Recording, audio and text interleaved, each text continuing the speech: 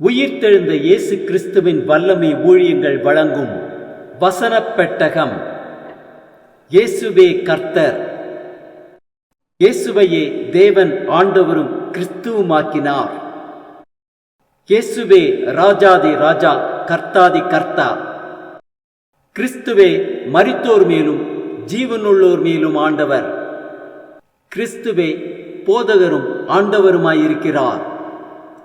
வசனப் பெட்டகத்தின் இன்றைய தின கருப்பொருள் இயேசுவின் கிருபை. இயேசு கிறிஸ்துவின் கிருபை குறித்ததான வேத வசனங்களை பார்க்கலாம். லூக்கா 2:52 வாசிக்கிறோம், இயேசுவானவர் ஞானத்திலும் வளர்த்தியிலும் தேவ கிருபையிலும் மனுஷர் தயவிலும் அதிகமாய் விருத்தி அடைந்தார். யோவான் 1:14 வாசிக்கிறோம், அந்த வார்த்தை மாம்சமாகி கிருபையினாலும் சத்தியத்தினாலும் நிறைந்தவராய் நமக்குள்ளே வாசம் பண்ணினார். அவருடைய மகிமையை கண்டோம். அது பிதாவுக்கு ஒரே பேரானவருடைய மகிமைக்கு ஏற்ற மகிமையாகவே இருந்தது.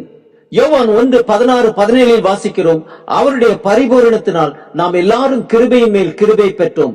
எப்படி எனில், நியாய பிரமாணம் மோசேயின் மூலமாக கொடுக்கப்பட்டது, கிருபையும் சத்தியமும் இயேசு கிறிஸ்துவின் மூலமாய் உண்டாயின. அப்போஸ்தலர் 20:24 வாசிக்கிறோம், என் ஓட்டத்தை சந்தோஷத்தோடு முடிக்கவும் தேவனுடைய கிருபையின் சுவிசேஷத்தை பிரசங்கம் பண்ணும்படிக்கு நான் கர்த்தராகிய இயேசு கிறிஸ்துவினிடத்தில் பெற்ற ஊழியத்தை நிறைவேற்றவுமே விரும்புகிறேன். அப்போஸ்தலர் 15:11 வாசிக்கிறோம், கர்த்தராகிய இயேசு கிறிஸ்துவின் கிருபையினாலே அவர்கள் ரட்சிக்கப்படுகிறது எப்படியோ அப்படியே நாமும் ரட்சிக்கப்படுவோம் என்று நம்பியிருக்கிறோமே. ரோமர் 3:24 வாசிக்கிறோம், இலவசமாய் அவருடைய கிருபையினாலே கிறிஸ்து இயேசுவில் உள்ள மீட்பை கொண்டு நீதிமான்களாக்கப்படுகிறார்கள். ரோமர் 5:16 வாசிக்கிறோம், கிருபை வரமோ அநேக குற்றங்களை நீக்கி நீதி விளங்கும் தீர்ப்புக்கு ஏதுவாய் இருக்கிறது. ரோமர் 6:14 வாசிக்கிறோம், நீங்கள் நியாய பிரமாணத்திற்கு கீழ்ப்பட்டிராமல் கிருபைக்கு கீழ்ப்பட்டு இருக்கிறபடியால் பாவம் உங்களை மேற்கொள்ள மாட்டாது. 2 கொரிந்தியர் 12:9 வாசிக்கிறோம், அதற்கு அவர், என் கிருபை உனக்கு போதும், பலவீனத்தில் என் பலன் பூர்ணமாய் விளங்கும் என்றார். 2 கொரிந்தியர் 8:9 வாசிக்கிறோம், நம்முடைய கர்த்தராகிய இயேசு கிறிஸ்துவின் கிருபையை அறிந்திருக்கிறீர்களே, அவர் ஐஸ்வர்யம் உள்ளவராய் இருந்தும் நீங்கள் அவருடைய தரித்திரத்தினாலே ஐஸ்வர்யவான்களாகும்படிக்கு உங்கள் நிமித்தம் தரித்திரரானாரே.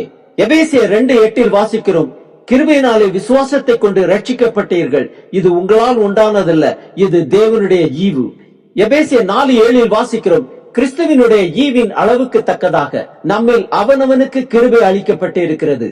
எபேசியர் 1:7 வாசிக்கிறோம், அவருடைய கிருபையின் ஐஸ்வர்யத்தின்படியே இவருடைய இரத்தத்தினாலே பாவ மன்னிப்பாகிய மீட்பு இவருக்குள் நமக்கு உண்டாயிருக்கிறது. யாக்கோபு 4:6 வாசிக்கிறோம், அவர் அதிகமான கிருபையை அளிக்கிறாரே, ஆதலால் தேவன் பெருமை உள்ளவர்களுக்கு எதிர்த்து நிற்கிறார், தாழ்மை உள்ளவர்களுக்கோ கிருபை அளிக்கிறார் என்று சொல்லி இருக்கிறது. 2 தீமோத்தேயு 1:9 வாசிக்கிறோம், அவர் நம்முடைய கிரியைகளின்படி நம்மை ரட்சியாமல் தம்முடைய தீர்மானத்தின்படியும் ஆதி காலம் முதல் கிறிஸ்து இயேசுக்குள் நமக்கு அருளப்பட்ட கிருபையின்படியும் நம்மை ரட்சித்து பரிசுத்த அழைப்பினாலே அழைத்தார். எபிரேயர் 4:16 வாசிக்கிறோம், ஆதலால் நாம் இரக்கத்தை பெறவும் ஏற்ற சமயத்தில் சகாயம் செய்யும் கிருபையை அடையவும் தைரியமாக கிருபாசன தண்டையிலே சேரக்கடவும்.